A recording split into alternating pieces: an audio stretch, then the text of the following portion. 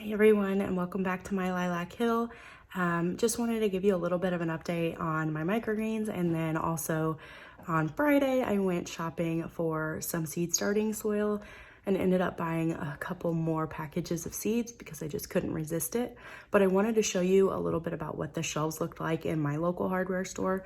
Now, this is one of the smaller hardware stores. It's not a Home Depot, it's just our local Ace store. But I did notice that they had plenty of seeds and plenty of seed starting materials, but they are almost completely out of canning supplies. And I have been trying to stock up on some canning lids every time that I'm out. So I was hoping to pick a few up, but they are completely out. So I did want to show you that. And then just a quick update on the microgreens.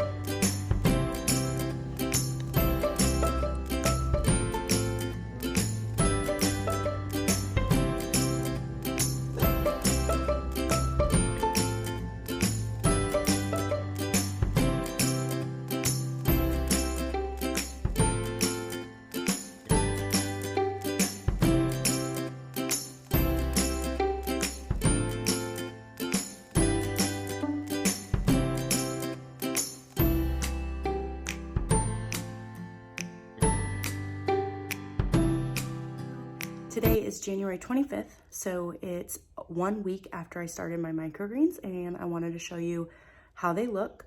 Now, I ran into a couple of problems. The first problem, I did not water them enough, so I let them get a little bit too dry, and that caused some lack of germination.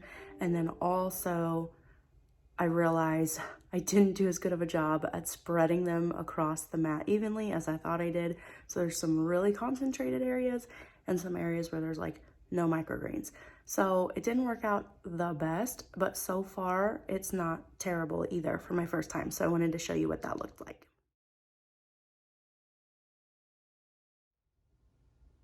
Okay, so here is the tray.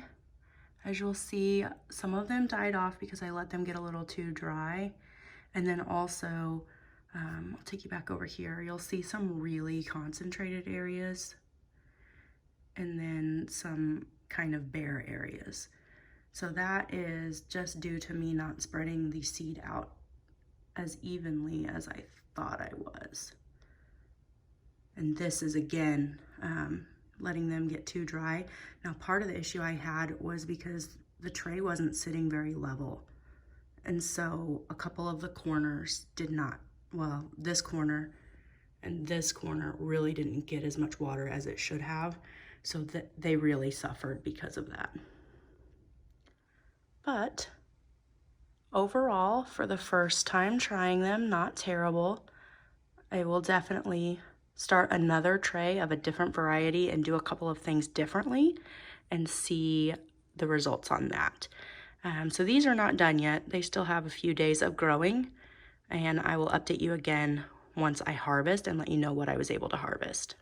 So I'm sitting here editing this video, and I realized there's just a couple of things that I wanted to clarify. Number one, the reason I'm trying to stock up on some canning lids is not because I think it's the end of the world and we're not ever going to have canning lids again. It's because over the past year, due to some things that have happened, there's an increased interest in canning, which means that the shelves are becoming depleted much faster than they normally would. and I am growing a lot this year and plan on canning more than I ever have before. So I just want to make sure I have enough regular mouth and wide mouth lids on hand to cover my canning needs. I'm not necessarily stashing any away, although it probably wouldn't be a bad idea because I do can a lot, and I don't just can in the summer, I can through the winter as well. So that's the reason I have been looking for some lids, and anytime I'm out, I check just to see if they have them.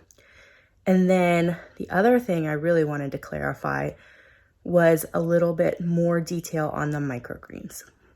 So with the microgreens, after their blackout period, I took the tray off and turned on the grow lights. And from there, that was when I really started having the issue because I wasn't watering twice a day.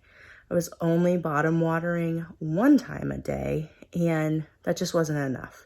So after like the second day of being out of blackout is when I really realized that I wasn't watering enough. So I increased it to twice a day bottom watering, and I've been doing that ever since. And like I said, today is exactly 1 week from starting the seeds. So they had 3 days of blackout, and they've been out of blackout for 4 days now. I will probably grow them for another 5 to 7 days, but I will update you again with what I harvest, and if I change anything from here on out, I'll let you know. But really the biggest change that I made was going from once a day bottom watering to twice a day bottom watering, and then every single day I have been misting them with that hydrogen peroxide solution to keep any sort of mold or fungus from starting on the tray. Since it is very moist, I don't want anything to contaminate my microgreens. So those are just a couple of things that I noticed I really didn't touch on in the video. If you have any additional questions, drop them in the comments below. Like I said, this is my first time doing it, so I really don't know if I'll have the answers for you. But also if you have suggestions for me, I would love to hear them. So drop them below. And as always, thank you guys so much for watching. Be sure to like, share, and subscribe to our channel, and we'll catch you on the next video.